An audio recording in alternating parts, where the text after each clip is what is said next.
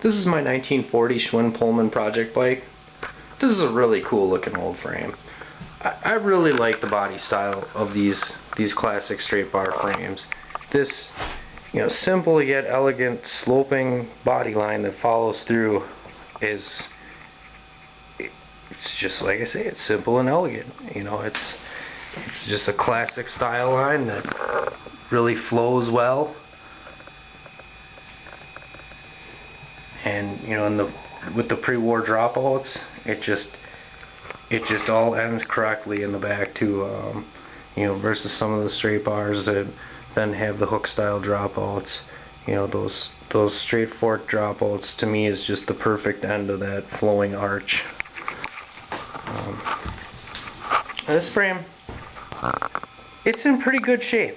I mean, considering that it's nearly 80 years old, it's in pretty good shape. The only damage that I see, the only problems that stand out are these fender bridges here. This piece that they put in there looks to me like it's a piece of seamed tubing, and it got a little over tightened or crushed down at one point. The top one's pretty round, but the bottom one is flatter. And both of them have a little bit of seam separation along the back seam there. I'm not sure how much natural separation that one of these frames would have there. I don't have one to compare it to. I've never really seen another one in person that's the same, you know, year and model. But it doesn't quite look right to me. And during a restoration, I think that you know, if I were doing that, I would probably braze those up. Those seams, probably braze those shut. Pretty clean dropouts.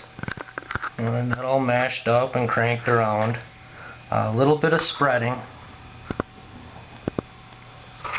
Yeah, you can see a little bit of spreading here.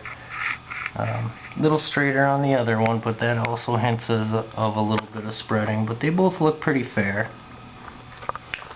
You know, I ran my hands all down all the tubes, looking for any obvious dents or anything like that, and you know, inspected it closely for any cracks. And you know, those seams on those fender bridges were really the only thing that stood out to me as being something that appeared to be problematic, that needed to be pointed out and mentioned.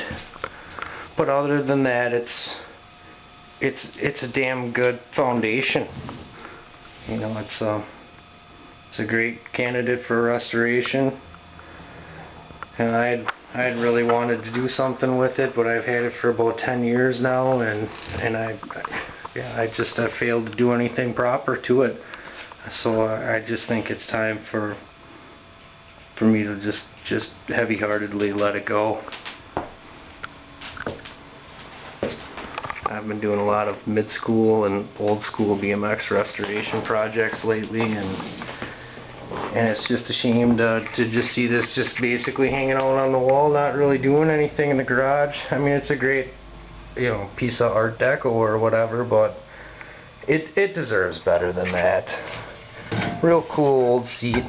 You know, everything I laid out here is all I have for the bike, and is all original to the bike as far as I know. The pedals are a little questionable because they don't have Arnold Schwinn end caps or any type of cap on the end of there.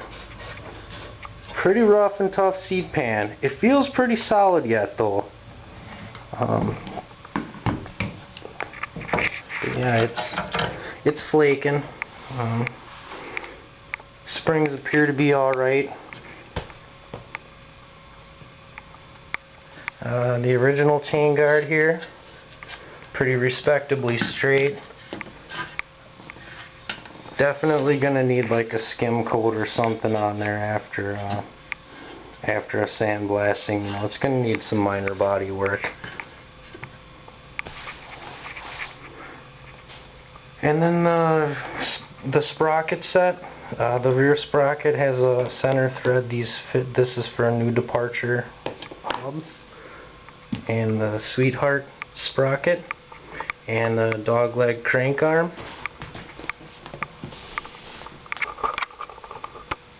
Arnold Schwinn and Company on one side, E40 on the other.